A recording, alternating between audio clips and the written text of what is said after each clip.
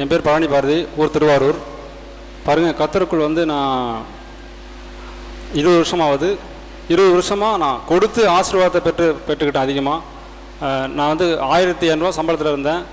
அதில் 14 வரையும் இன்ன வரையும் நான் வந்து அந்த சம்பளத்தை கணக்கு பண்ணி தசமாக கொடுக்க மாட்டேன், எக்ஸ்ட்ரா தான் கொடுப்பேன். எங்கள் வீட்டில் பாருங்கள், உட்கார சேர் இருக்காது, உட்காரத்துக்கு சேரும் இல்லை, ஒரு சைக்கிள் கூட இல்லை. எங்கள் தாத்தாவும் சைக்கிள் வச்சுல, எங்கள் அப்பாவும் சைக்கிள் வச்சுல. கர்த்தருக்குள் வந்து பாருங்கள், அதிகம் கொடுத்து பொருத்தனை பண்ணி ஏன்னா பொருத்தனை வந்து என்னை அப்போ தலையால் என்ன சபையில் இருக்கும்போதே காணிக்க தசமாக பொருத்தனைலாம் சொல்லி கொடுத்தாங்க. அதுலேருந்து நான் கொடுக்க ஆரம்பித்தேன். சைக்கிள் வாங்கினேன், அதுக்கும் பொருத்தனை பண்ணேன். அதுக்கு பிறகு பாருங்கள், பைக் வாங்கினேன். பைக் வந்து இங்கே வந்து தான் வாங்கினேன், பொருத்தனை பண்ணி பைக் வாங்கினேன். அதுக்கு பிறகு பாருங்கள், என் வேலையில் அந்த மாதிரி தான் பொருத்தனை பண்ணி ஒன்று கொடுப்பேன். வீடு வாங்குறதுக்கும் கர்த்தர் உதவி செய்தார், அதுக்கும் பொருத்தனை பண்ணேன். இப்போ பாருங்கள், 4 வீலர் வாங்கியிருக்கேன், அதுக்கும் பொருத்தனை பண்ணேன் 5000 ரூபா. அது வாங்காததுக்கு முன்னாடியே பொருத்தனை பண்ணுவேன். என்னோடய ஜெபம், ஒவ்வொரு ஜெபமும் ஜெபம் பண்ணுவேன். எனக்கு தேவைகள் தான் ஜெபம் பண்ணுவேன், ஆசீர்வதியும் ஜெபம் பண்ண மாட்டேன். ஏன்னா ஆசீர்வதிச்சா தாங்க முடியாது. ரொம்ப பேர் ஆசீர்வதிச்சு கோடிகள் லட்சங்கள் சம்பாதிக்கிறாங்க, திரும்பி பார்க்க மாட்டுறாங்க, நேரம் இருக்க மாட்டேது, பிஸியாக இருக்குங்கிறாங்க. நான் வந்து நான் வேண்டிக்கிறது, எனக்கு வந்து ஆசீர்வாதம் வேண்டாம் ஆண்டவரே, எனக்கு தேவை சந்திக்கப்படுங்க அப்படின்னு தான் ஒவ்வொருத்துக்கும் ஜெபம். எனக்கு கார் தேவை அப்படின்னு ஜெபம் விட்டுட்டேன். ஆனால் என்ன ஒவ்வொரு ஜெபம் லேட்டாக கிடைக்கும், வெயிட் பண்ணுவேன். அதுக்காக வெயிட் பண்ணுவேன். ஆண்டவர் வெயிட் பண்ணாலும் பொறுமையாக இருந்தாலும் ஆண்டவர் ஆசீர்வாதமாக கொடுத்தார். அதுக்கப்புறம் திருமண காரியத்துக்கு பொருத்தனை பண்ணி பாருங்கள், உபவாசம் போட்டு பொருத்தனை பண்ணேன்.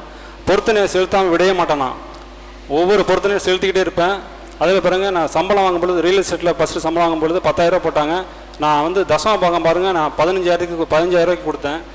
அதுக்கு அடுத்த மாதம் 15,000 சம்பளம் வச்சு நான் பொருத்தனை கொண்டாந்து கொடுத்துட்டு அந்த முன்பணமும் கொடுத்துட்டேன். அதே மாதிரி பாருங்கள், 15,000 வரும்போது 20,000க்கு நான் வந்து தசமாக கொடுத்துக்கிட்டு இருந்தேன். இப்போ சம்பளம் எனக்கு வந்து 19-20 நெருங்க போகுது.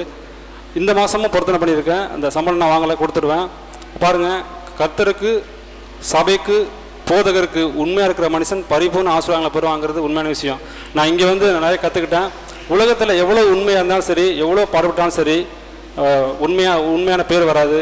ஆனால் பாருங்கள், கர்த்தருக்கும் சபைக்கும் போதகருக்கும் உண்மையாக இருக்கும்போது நிறைவான ஆசீர்வாதங்கள் வரும். கர்த்தர் நிறைவான ஆசீர்வாதத்தை எனக்கு கொடுத்தார். அது மட்டும் இல்லை, என் மனைவி பிறகண்டா இருந்தாங்க, அதுக்கும் பொருத்தனை பண்ணியிருந்தேன் பாருங்கள். அதுக்கும் ஆண்டவர் நல்லதமாக ஒரு ஆண் குழந்தை ஒன்று, பெண் குழந்தை ஒன்று கொடுத்தார். ஒரே பிரசவத்தில் 2 குழந்தையை ஆண்டவர் கொடுத்திருக்கிறார். என் தங்கைக்கும் ஆண்டவர் வந்து இரட்டை குழந்தை கொடுத்து, அதற்கும் ஆசீர்வாதமாக 2 பெண் குழந்தை கொடுத்துருக்கார் ஆண்டவர். அது மட்டும் இல்லை, ஆண்டவர் பாருங்கள், இங்கே வந்துட்டு நான் வந்து ஒருபோதும் இதை ஊழியத்தில் எவ்வளோக்கு ஈடுபாடு இருக்கணும் அவ்வளோக்கு ஆண்டவர் எனக்கு ஆசீர்வாதம் கொடுக்குறார். ரொம்ப பாரத்தோடு நான் இங்கே வந்து கண்ணீரோடு ஜெபம் பண்ணும் பொழுதெல்லாம் ஆண்டவர் வந்து ஊழியத்துக்கு எதாவது செய்யணும், நான் கொடுக்கணும். பணம் அதிகமாக வந்துச்சுன்னா பாருங்கள், நான் கொடுக்கணுன்னு தான் ஆசைப்படுவேன். ரொம்ப ஆசை இருக்குது எனக்கு கொடுக்கணுன்ட்டு.